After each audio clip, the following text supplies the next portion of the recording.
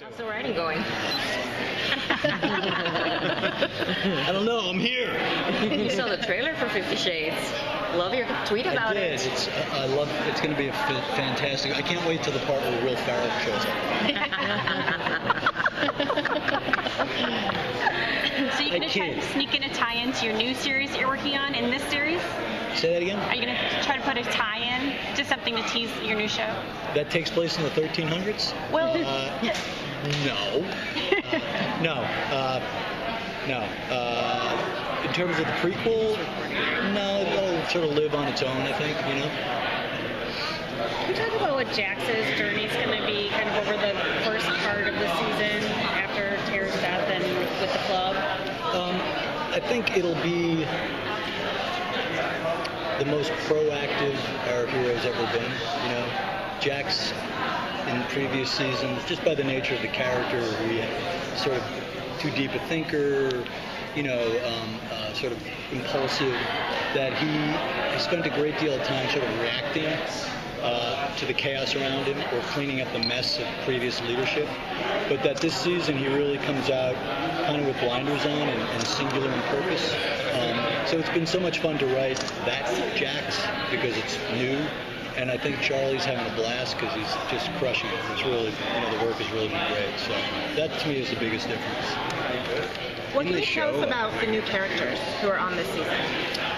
Not much more than you already know. We have Manson, who plays a white supremacist, which makes complete sense, and Courtney Love, who plays a school teacher, which makes complete sense. And I think that's all. Who else? You guys probably know. Oh yeah, Malcolm Jamal who plays he plays one of the Grim Bastards. He's like sort of Michael Beach's character's second-hand guy. So yeah, we get to thug up Theo. I'm curious about like Did you just check your notes? Yes, That's fantastic. I'm a nerd. How much will John Letters play in, or Jax's journals, you know, and his writing play in? Because, you know, it's getting more and more personal for Jax's writing, so I'm curious if that's going to play a part in season 7. I don't, you know, at least at this stage of the game, it may come back around at the end, but Jax is not in a journaling mood. You know what I mean? Yes. It's really, you know, I thought about that, and I was trying to figure out if I could infuse it. And every time I sat down to break that scene or look at that scene, it just didn't make sense. So, but I think maybe towards the end of the season, I might try to bring it back or echo back to that, you know. Not in the beginning.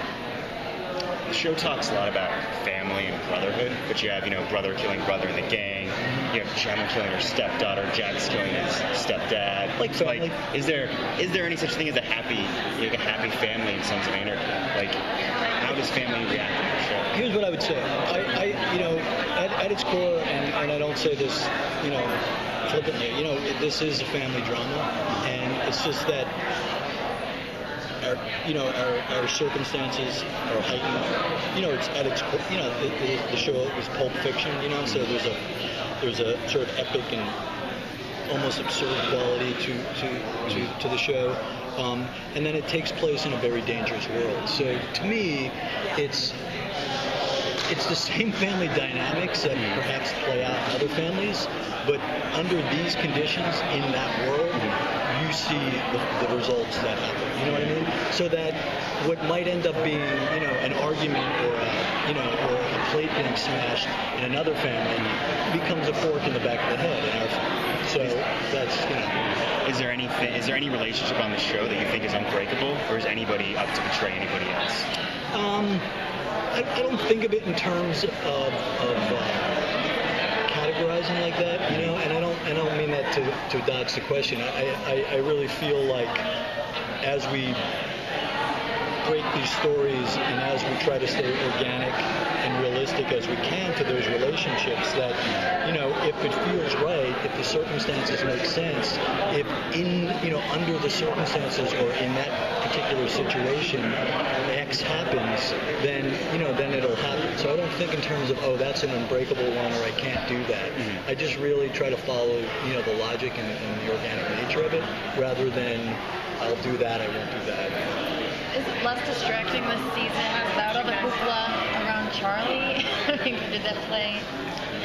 No, because Charlie doesn't live in hoopla. Charlie is like an incredibly private guy and doesn't bring any of it to work. So that was all sort of happening outside the bubble for us. And, these guys are really, they plug in, and when they're on set, when they're doing their deal, there's not a lot else going on with them other than the work that they're doing. So, I think to the outside world it seemed like a lot of hoopla. Inside, there really was. It was business as usual.